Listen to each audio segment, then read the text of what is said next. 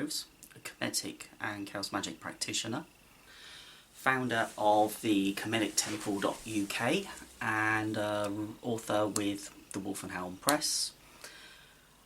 I have frequently, for many years, been speaking and doing various things at Children of Artemis events, such as Witchfest and the Artemis Gathering.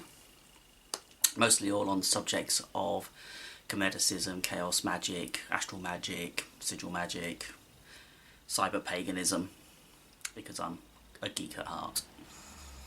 So today I'm going to give you a couple of stories from my rehearsals for my tour that I had hoped to do this year on Egyptian storytelling, but with everything that's kicking off now, I'm not sure whether that's going to go ahead.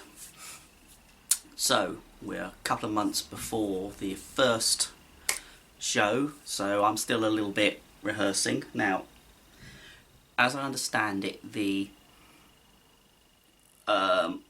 event today won't be a video transmission, it'll be audio only. So if you hear any odd sounds, it's probably me trying to add some ambience to the story. And one of these will be my sistrum, and the other, which I'm still learning to play, my shoulder harp. So let's see how this goes. As a bit of a background to why I'm doing Egyptian storytelling, I will tell a tiny little story about how this all came to be. When I was a child, it was I think in my last 2 or 3 years at primary school, I discovered 2 books in the school library. One was on witchcraft. It had lots of wonderful, what appeared to be just wonderful poems, but they were a little bit more than that. Some were very dark, some were, well, death related, cursing, and I got the feel that this was a little bit more than just poetic license. This was something else. There was something special about this, but that's a different story. The other book that I found, ooh, that was weird. Something just fell down there as I went on about this book. Ooh, scary. Yes, so the other book was a book on Egyptian mythology. It was all stories, and the imagery just blew me away, and I just had to get as much more of this as I possibly could. And both of those books changed my life completely. And obviously the Egyptian one just continued. And throughout my entire life, the stories of ancient Egypt have always been a part of my life. They're just wonderful. The mythology, everything. Those of you who are into it will know this. You know, you'll all have got the same bug. Now, I needed to eventually come back to doing something with these stories, and just over a year ago, it would be January, I think January 2019, I was at a local folk night round the pub just around the corner from me, and you know, they're great. It's all local history stuff, and we have a good time. But you know, it was sort of my turn. They kept saying, "Have you got anything to present?" and you know, to show off. And I don't know huge amounts about local history and stuff. Wish I did. So I thought I'd do some Egyptian work. So first I did just told a lot of the songs of the Harper, and they are a bit risque. They are quite raunchy. Egyptians were very free with their affections. because I had very little else to mess with and not taxed or whatever. So that went down really well. Very well. I all enjoyed that. Then, buoyed by that, I think the following month, so I think it was the following month, February, I gave one of my favourite stories, the story of Sekhmet and the destruction of mankind. It was so fitting for the location in the pub. If you know the story, and I'm not going to give that story today, it ends in a very fitting where we were. So that went down really well. But, you know, I'm not really a natural storyteller. Public speaking is completely different to storytelling, and I stalled many times, and I just didn't have the flow. So there was a lovely lady there, Deborah, and afterwards she said, "You've got some talent, potential talent there. You should come along to my storytelling workshop." Well, all went by. Months went by and I didn't really get round to doing it. I was rushing around all over the time. And this must have been September, I finally caught up with Deborah and joined the group. And it's been quite fun. I've already done 2 events. I think 2 events? Yes, I've done 2 events out of the 3 that the group as a whole has been doing. And I enjoyed it. It's a challenge, and as a part of learning a new skill, it's also an opportunity for me to put out the stories that inspired me to explore Comedicism. And another aspect, and now this was a crazy thing, I'm still really new to this, yet I'm always willing to put myself completely out of the comfort zone. So, when was it? It would have been the end of last year. Well, actually, well before then. November, December. And this is like 3 months in to learning storytelling. I decided to do a tour. To do full production at various venues. It's crazy. Completely scary. And I'm still not completely sure this is a good thing for me to do, but I'm going to do it, even if I fall flat on my face, because that's how I'm going to learn. So there was another aspect as well. My good friend Lilith Babylon, who's been around the pagan community for many years, died a few years back, and she used to tell me of the performances she used to do with her group, and that I thought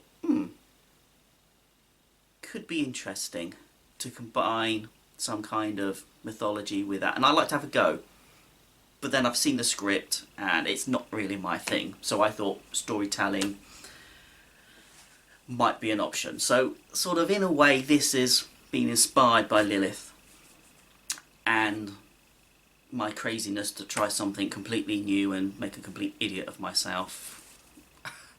So let's see what happens.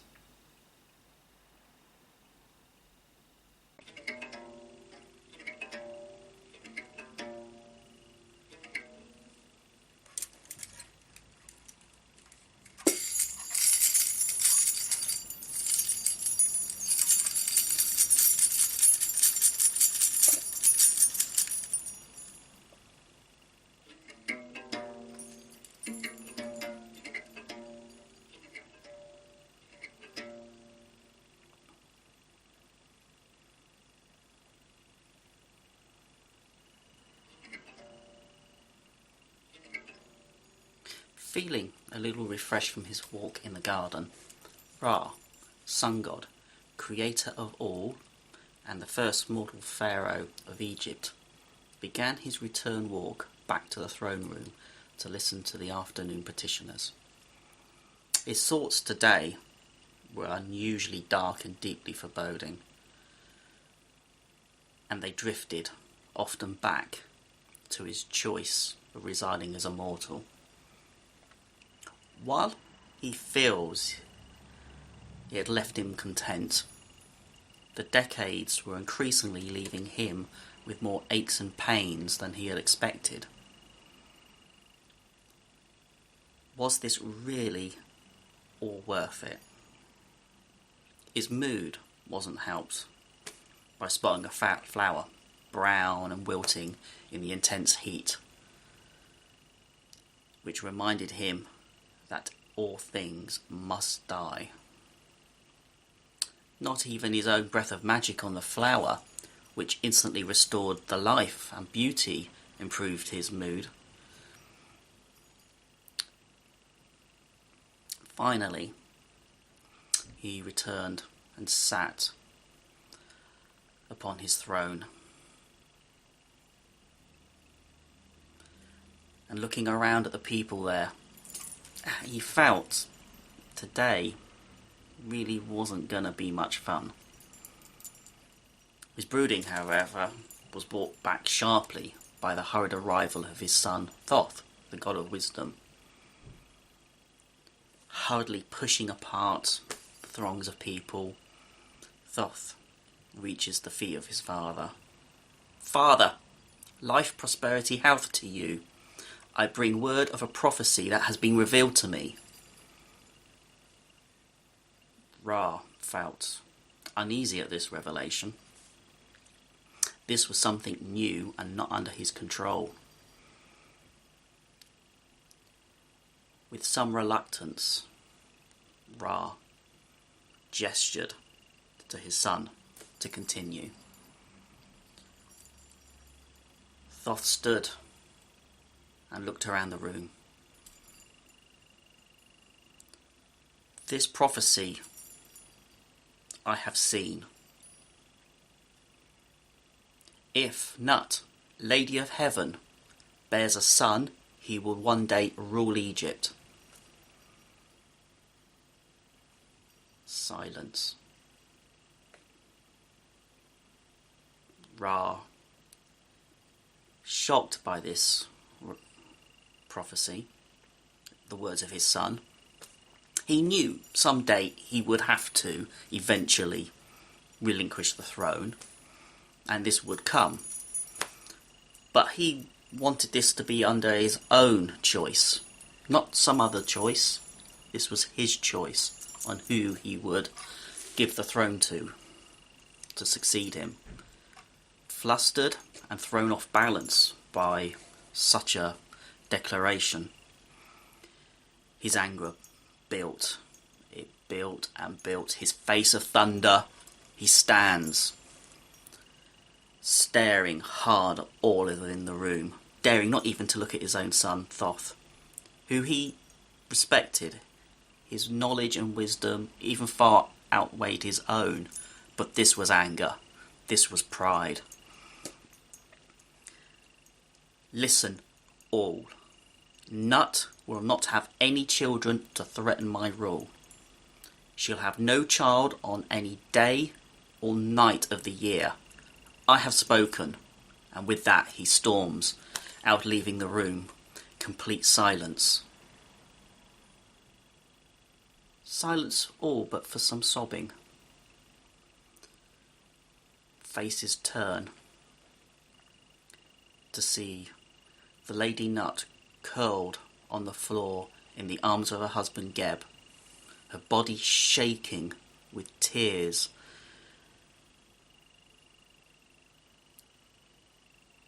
No one could meet those gaze, the eyes of the Lady Nut. Thoth, though, looked with deep sadness at the distraught couple,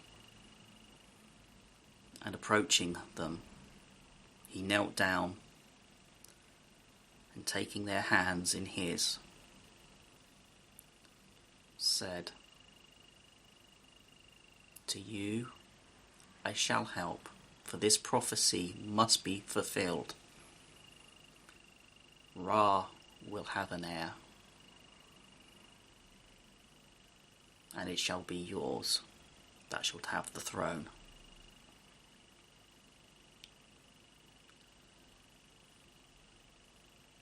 Through teary eyes, they both thanked him, and Thoth withdrew to his mighty halls of wisdom. Many nights he looked through scroll after scroll, looking for some way to undo the words of Ra. How could he get round this magic and break his father's curse? It certainly felt like that, for this prophecy had to be fulfilled, no matter what the cost. Finally, he remembers Ra's words specifically. Not on any day or any night of the year. Those were the key. And a plan formed.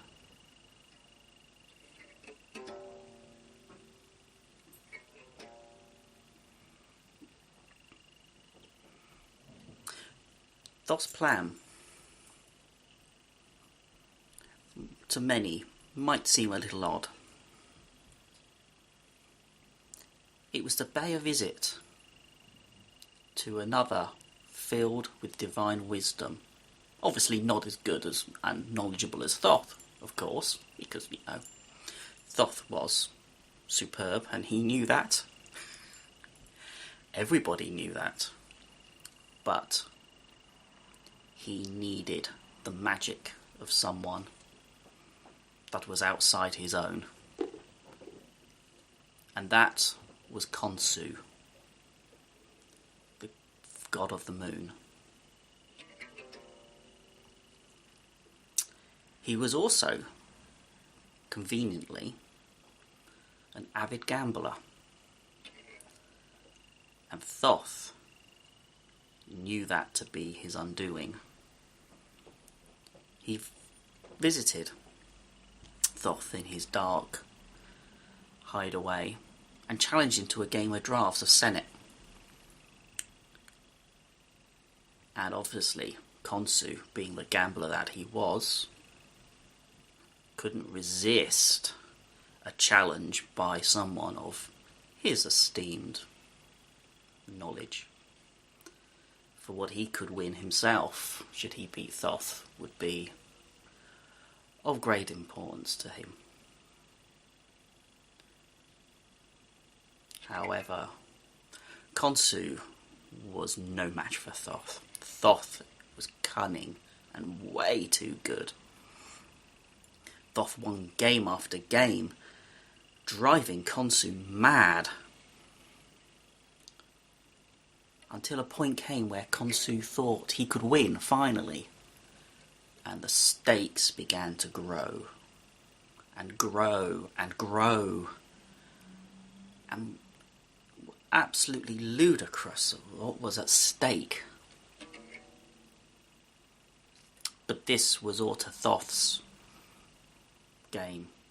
He knew he had Khonsu ready to take the fall. Once Khonsu had placed enough light, enough moonlight on the table for 5 more days of the year, Thoth played his last piece and beat Khonsu.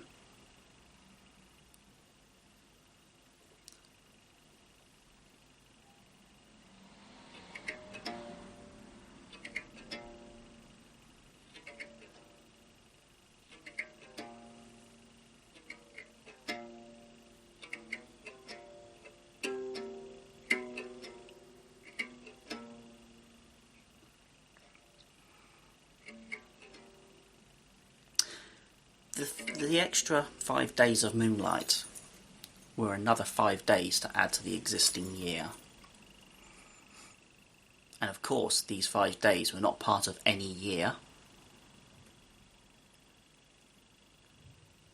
And so, the magic of Ra was broken.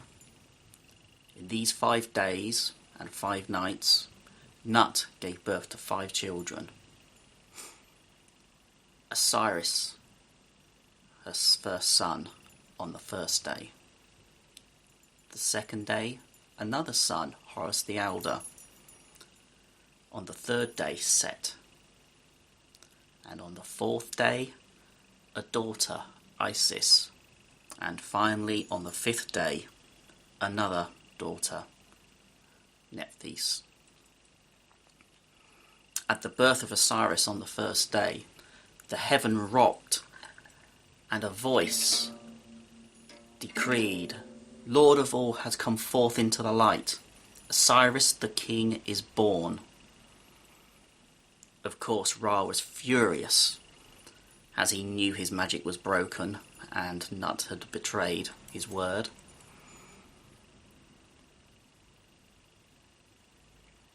And they all knew that Ra would take vengeance.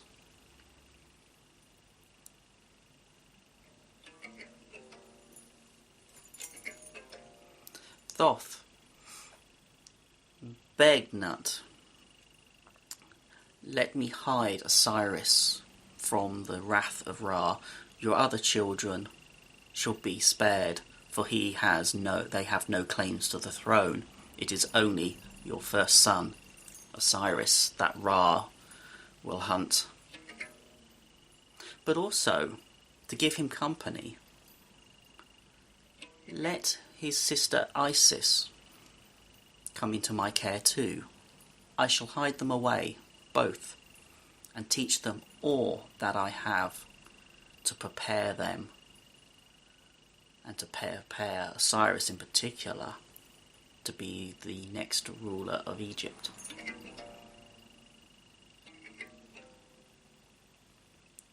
Sadly, Nut had to agree, and parted with her 2 children.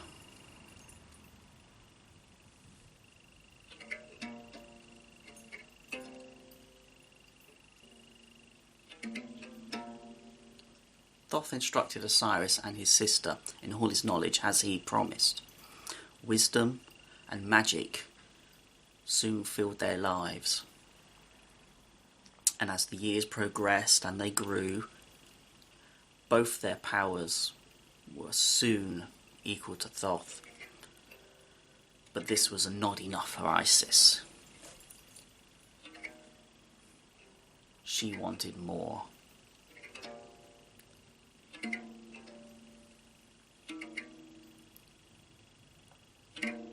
She sought Khonsu and persuaded him to teach all he could of the mysteries of the moon and of the dark. And secretly she learned from him all that he could spare.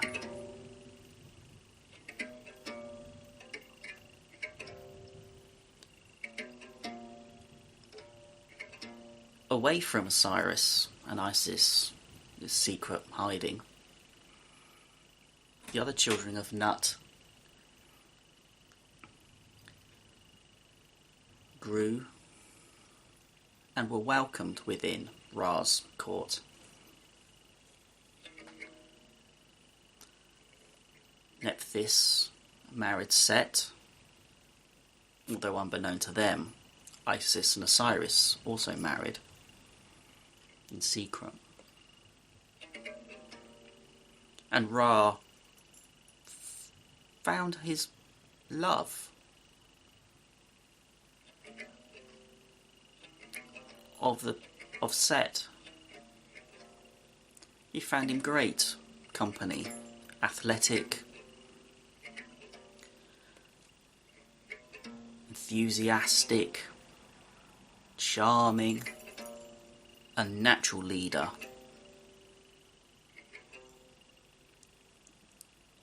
Eventually Ra suspected and thought, yes, perhaps I will actually let Set become my heir. He is exactly what a leader should be.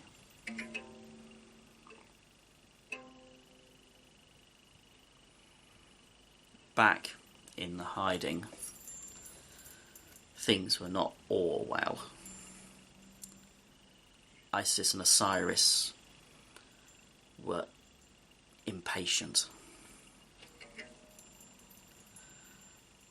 Often they demanded from Thoth, when will they become rulers of Egypt, as was given by the prophecy. When is our time? Both desire the throne, and was theirs right by the prophecy, and to hasten this, Isis explored ideas of her own how to end the reign of Ra. Through the wisdom that she had gained from Thoth, Isis knew the only solution was to use Ra's words and his magic against him. It was the only thing strong enough. With, too, her extra knowledge and the dark magic shown to her by Khonsu, an idea formed.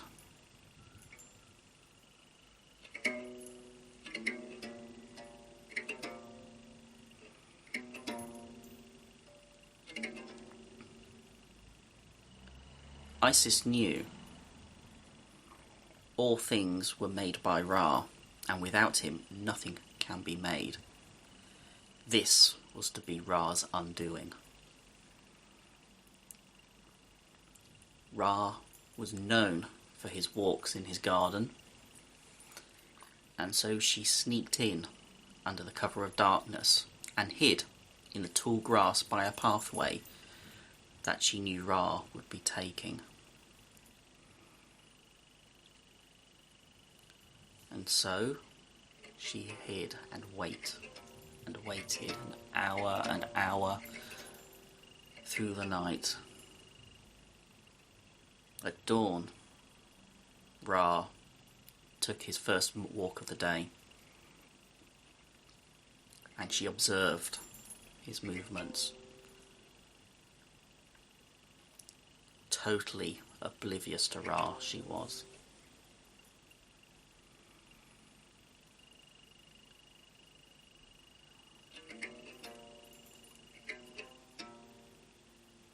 And then she saw her opportunity.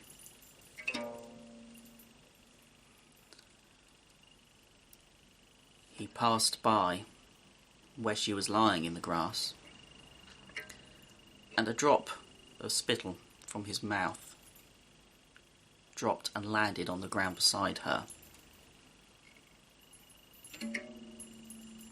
She took the damp patch of dirt and, mixing it with clay, she formed a model of a hooded cobra.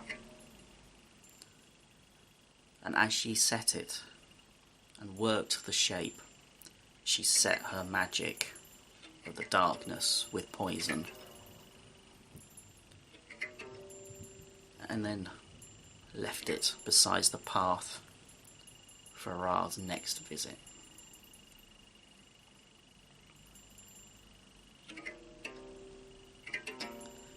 The next day, Ra took his walk again, as was usual, and his gaze fell upon the clay snake, instantly bringing it to life.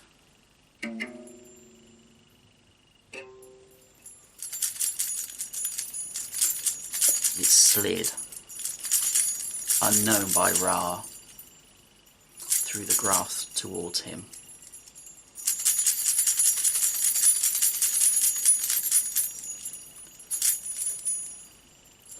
And with his back turned, he did not see it strike. Felt it. Oh boy, did he feel it. It struck him on the foot, and the pain was intense.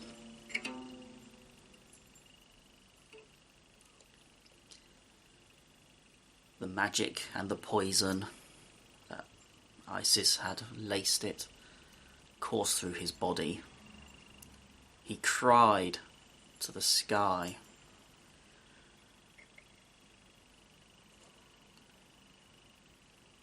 And collapsed into the ground. His children, hearing this cry, flocked towards him from the temples and from the palace. "Something has wounded me," he cried. "I don't know it. My eyes do not know it. I did not make it. Bring all before me to remove this poison from me. It burns too much."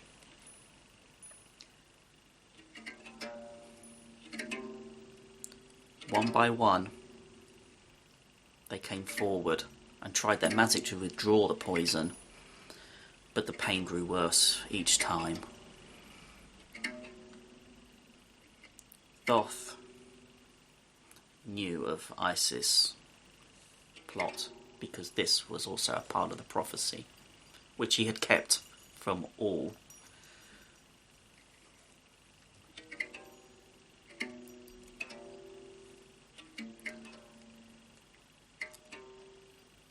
And he approached the crowd of his siblings and his father. "My father," he said, "there is only one other that may have the power to restore your health." Ross said, in his agony, "Bring this person. I must have a solution."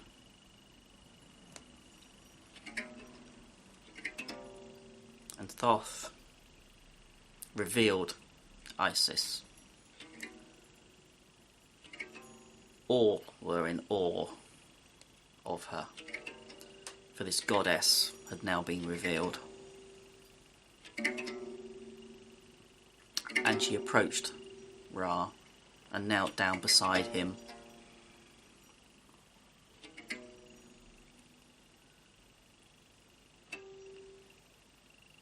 Ra, unable through his pain to fully grasp who this person was, begged her to help.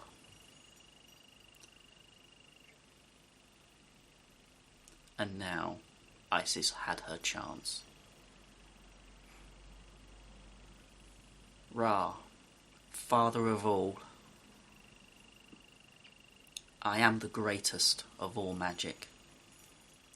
I can heal you, but even my magic may not help. The only way I can heal you fully is if our magic merges. To do this, I must know your secret name.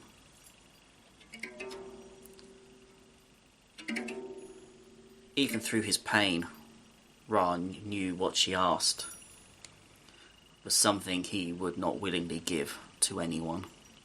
To know his secret name, to know his power, to know his name and the words that will create life. This was all that he was. No, he could never give this to anyone. But the pain, the burning, the pain. He thought, I could give her some of the minor words of power, my other names. And one after one, he gave her a name. But it was not enough. Isis knew these were not the true name of Ra. Please, Ra, father of all, you must give me your true name.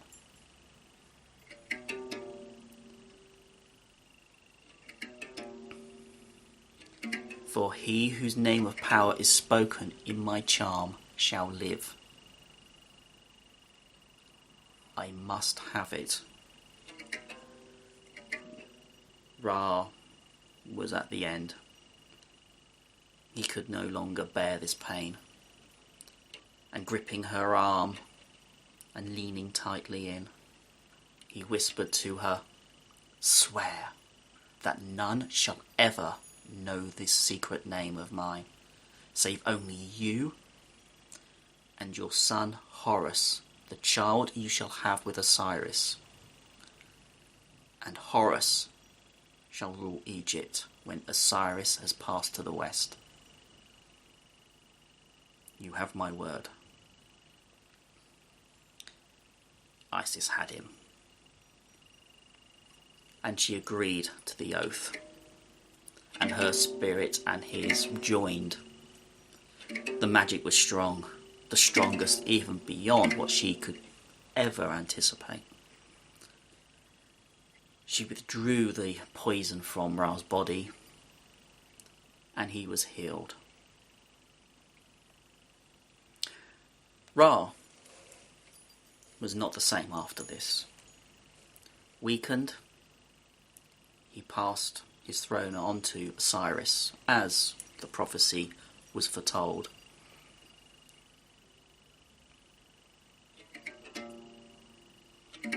But some were not happy at that. Set was promised the throne.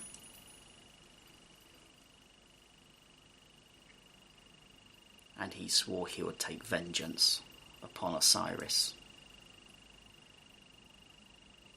But that is another story.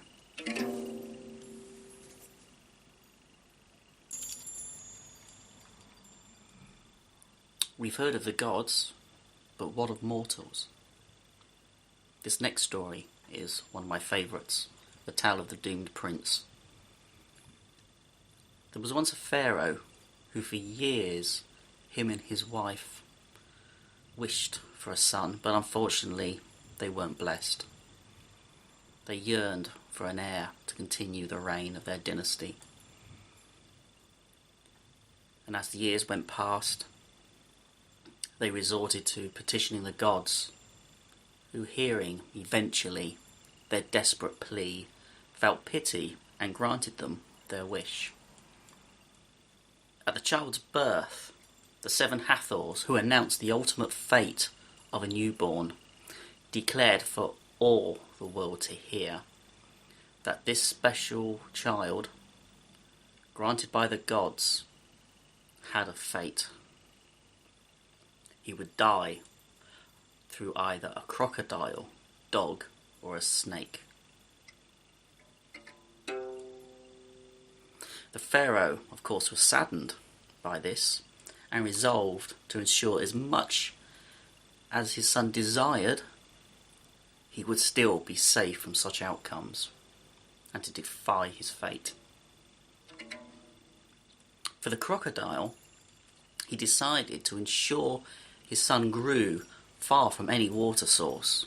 He sent his son far inland to a house with ample staff and all the luxuries of his rank secure from any external threat. The child grew, as all children do, into a really handsome young man, but alone, with only the company of his servants. One day, while on the rooftop, looking out into the desert and the deserted roads, he saw a man walking with a greyhound along the road. Having never seen such an animal before, Prince asked one of his servants what it was. The servant, carefully, unsure of what his master was going to ask next, replied that this is a greyhound, it's a dog.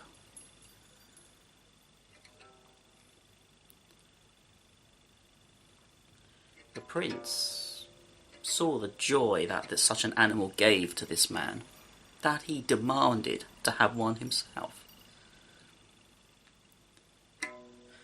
The servants, still wary of the other fates that awaited their master, rapidly informed the pharaoh and asked what should they do. Pharaoh, worried that such an animal could be his downfall, said, give my son the smallest dog you can possibly find.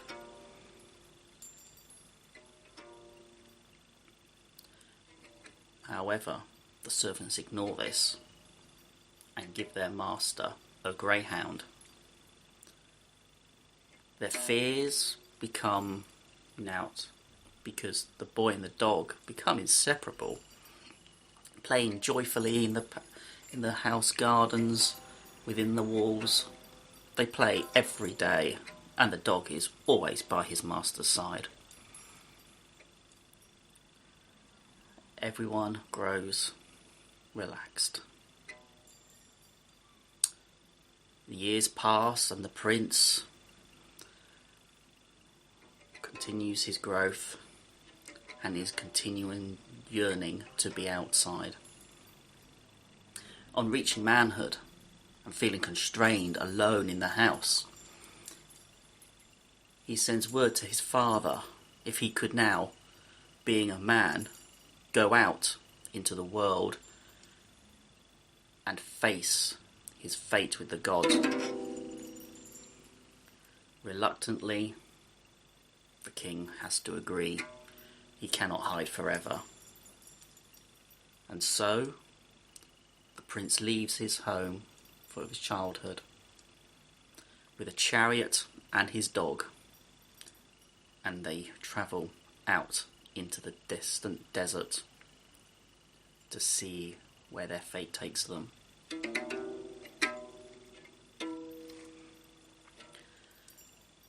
Months and months pass. The man and his dog, living off their wits in the desert, hunting game, seeing no one except each other's company.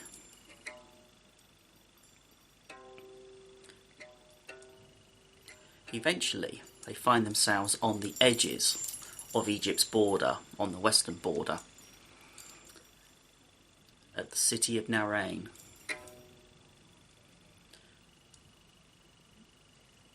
Because of the solitude his life has led, he's enamoured with the huge number of people. He's just not seen so many people before.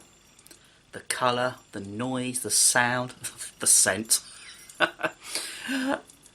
Everything assaults his senses, and he is utterly captivated by everything he encounters. The press of this people draws him to the central square, where a large crowd gathers round a tower, who high up at a lone window sits a beautiful woman who looks down upon all those below her. The prince, his gaze meets hers,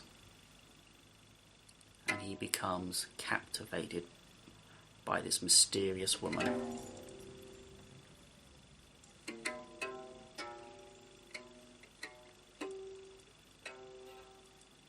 Catching one of the passer-by, the prince asks, What is this?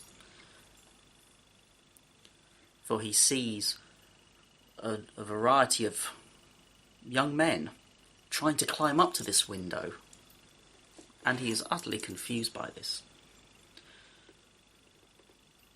Well, young man, so the passer-by says, you must be new here.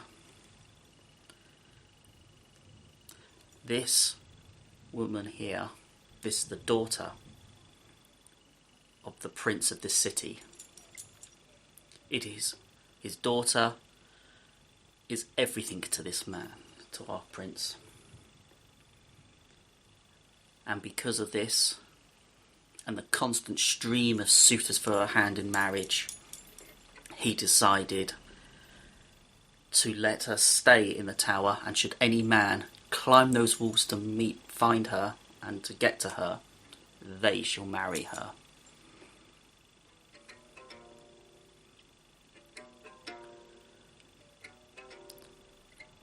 Now, let me be on my way. And so the man passes by.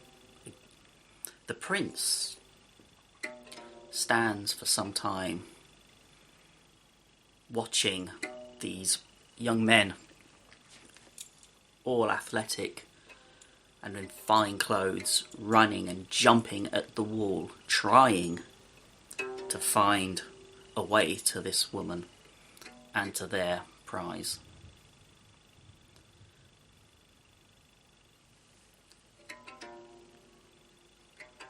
The prince approaches, thinking, I can have my go. But these men, high-born, look down upon the dusty rags of this weary traveller, unaware of his true identity.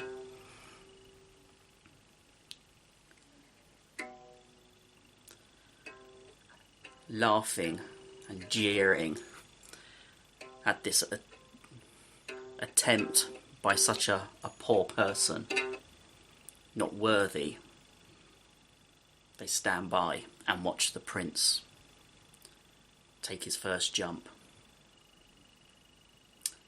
He scrambles, almost catching a small out-jutting brick that he spots, misses and falls to a crumple on the ground. These suitors laugh their head off. It is hysterically entertaining.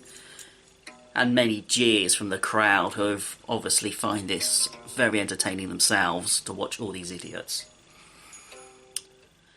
The prince rubs himself down. His pride is not completely broken. And he approaches these suitors. Now he is up close. They see something in his bearing, something special, and their laughing and jeering subside, and they become embarrassed, for here is someone who is not quite as he seems. One of the boldest ones steps forward. You, stranger, welcome to this. You are of fine bearing, but you wear rags. What is your story, my friend? The prince, obviously wanting to keep his identity hidden, for he did not know the politics of the area, said, "Thank you for your kindness. I am just a traveller. I have left my home. My father has a new wife, and she is wicked to me, my stepmother. I decided to leave home with my chariot and my dog to seek my fortune." Strangely enough, such a weak story as this, his charm and charisma melts the hearts of these aristocrats, and they welcome him as a friend.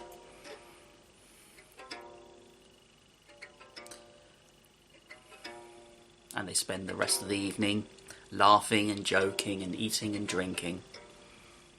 The next day, they return and the prince tries again. With careful examination prior to his jump, he knows the route he needs to take. And he scales it. And he climbs eventually through to the window of the princess.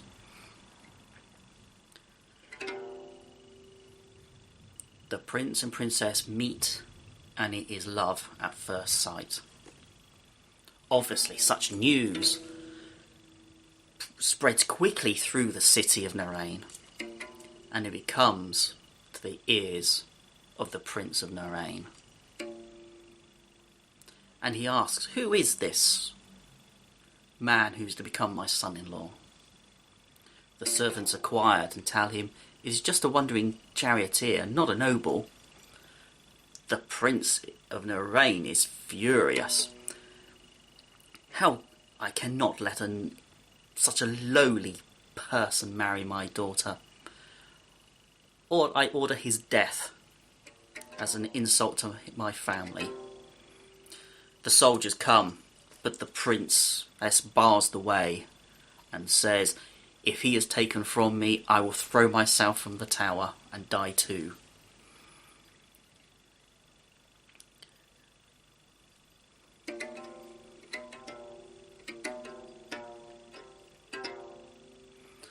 The soldiers know they cannot make a move. So instead they take him to the Prince of Narain. He is asked of his identity, and again, keeping his identity hidden, he repeats what he has said to the court, the suitors, that he is a charioteer that left home because of his wicked stepmother and is searching for his fortune.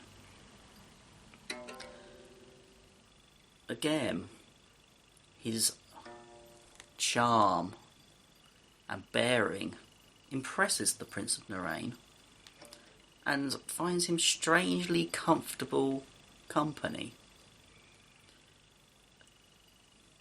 And because his daughter obviously is in love with this man, he cannot find a reason to dispose of such a man without the upset of his daughter, and his daughter, of course, is everything to him. They settle in the palace, and the young prince is happy with his new life and his wife. However, the princess is not too happy with the dog that follows her husband everywhere. Why don't you get rid of him? You do not need such an animal, she frequently shouts at him. But at the possible risk of losing his faithful companion, the prince tells her that the three fates that await him, but not his origins. The princess is shocked and vows because she loves him she'll stay beside him and ensure those threats never come.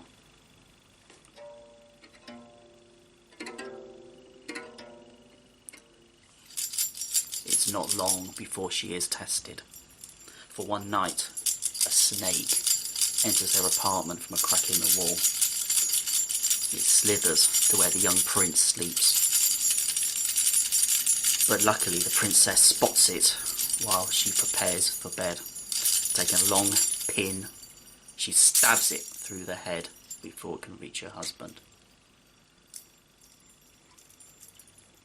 She tells him on waking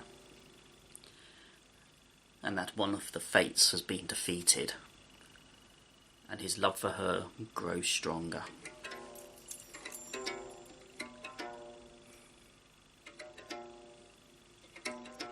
A few days later, the prince takes his dog out for another walk along the river,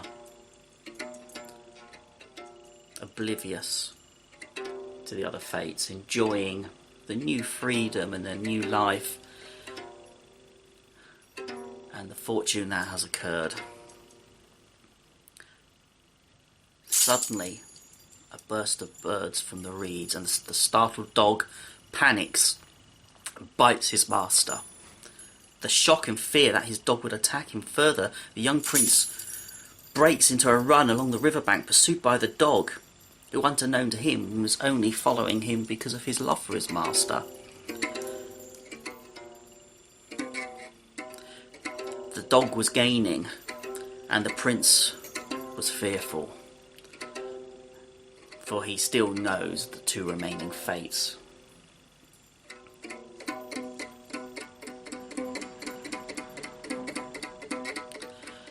The dog is gaining and gaining. His only option is to make a fateful jump into the river to save himself from the dog.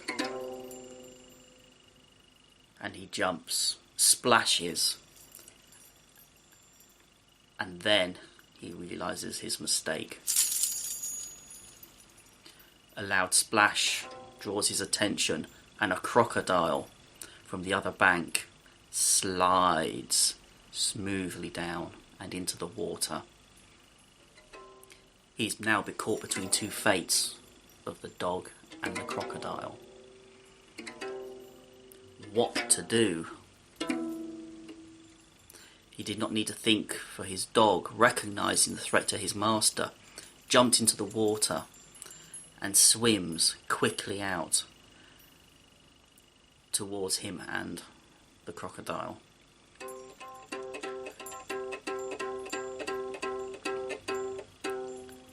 The crocodile and the dog fight violently in the water.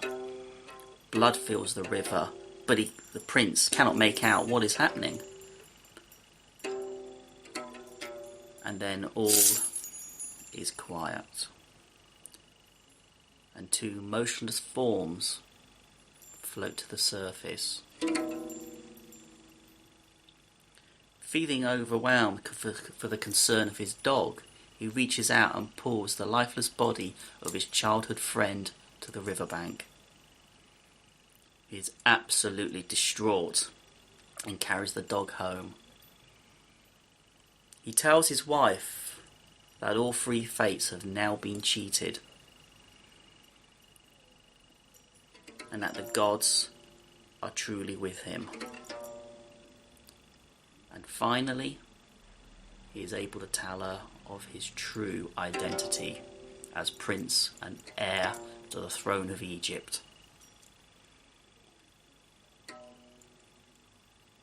The prince and princess return to Thebes the next day with full military honour, pomp and ceremony, and the prince returns as the crown prince of Egypt. His father, after hearing that his son has defeated his fates, as someone with the blessing of the gods he openly and willingly gives up his throne to his son as the true worthy heir. And they lived happily ever after. Thank you. Bye bye.